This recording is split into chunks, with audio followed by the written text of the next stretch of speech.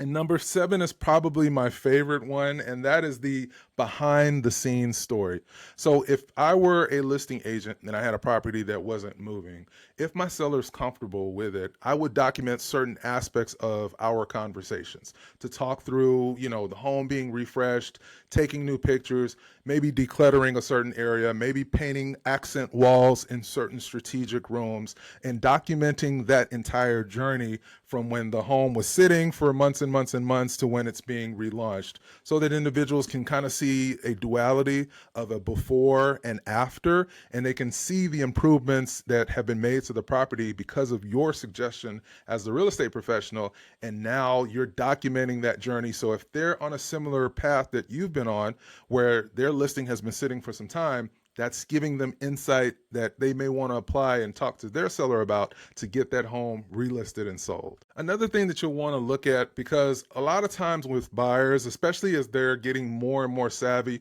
working with real estate professionals like your brother, your uncle, is looking at the looking at the incentives that are offered by a seller. So let's say hypothetically a seller is proactively offering a $3,000 price reduction if an offer is received at a certain point.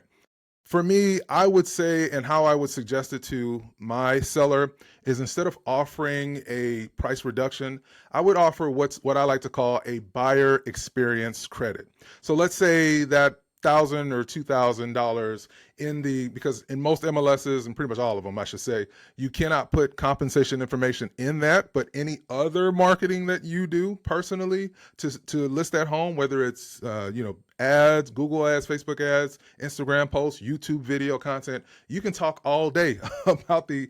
incentives that you are offering and what you're paying a potential buyer's agent. So I would offer something like a buyer experience credit, where my seller with a good offer is offering a $3,000 smart home package, or we'll cover your moving truck up to $1,000, or we'll offer a $1,500 credit for home cleaning. Something tangible that a potential buyer will need to take care of when they purchase that property, I think is personally going to be a game changer. In many cases, reducing the price by $1,000 here or $2,000 there won't really move the needle when it comes to their monthly mortgage that they're paying. Boy, oh boy, when you give people experience credits, if you will, that they can take and use towards a smart home setup or cleaning their home, all these are incentives that you write into the contract that will come from your seller's portion, or it could even come from your commission if you want to offer some of your commission towards that to move the needle. And or you could even do a broker bonus of some sort, where in addition to the 3% that you're offering, hopefully listing agents are paying buyers agents at least 2.5 to 3%, but that's a story for another day. Offer an incentive on top of that immediate compensation to say, hey, look, my seller is willing to offer any buyer's agent full commission of 2.5 or 3% or whatever your market says,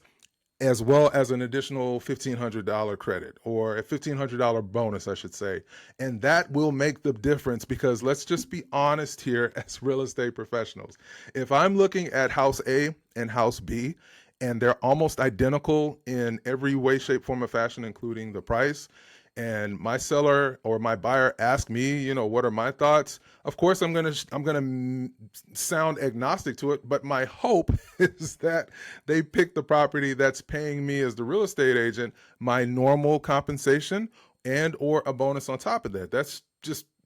it just goes without saying. So I think that it's incredibly important to leverage the power of using words like experience credit, incentives, things of that nature, because that's what retail businesses do. When you walk into your Costco's or your Walmarts or even Amazon Prime Day, and they're offering significant discounts or incentives to encourage you to make that purchase, Amazon's really good for that. That's what moves the needle, and that's what gets their products sold. So start leveraging what these businesses and retailers are doing on a regular basis to help your seller sell that property.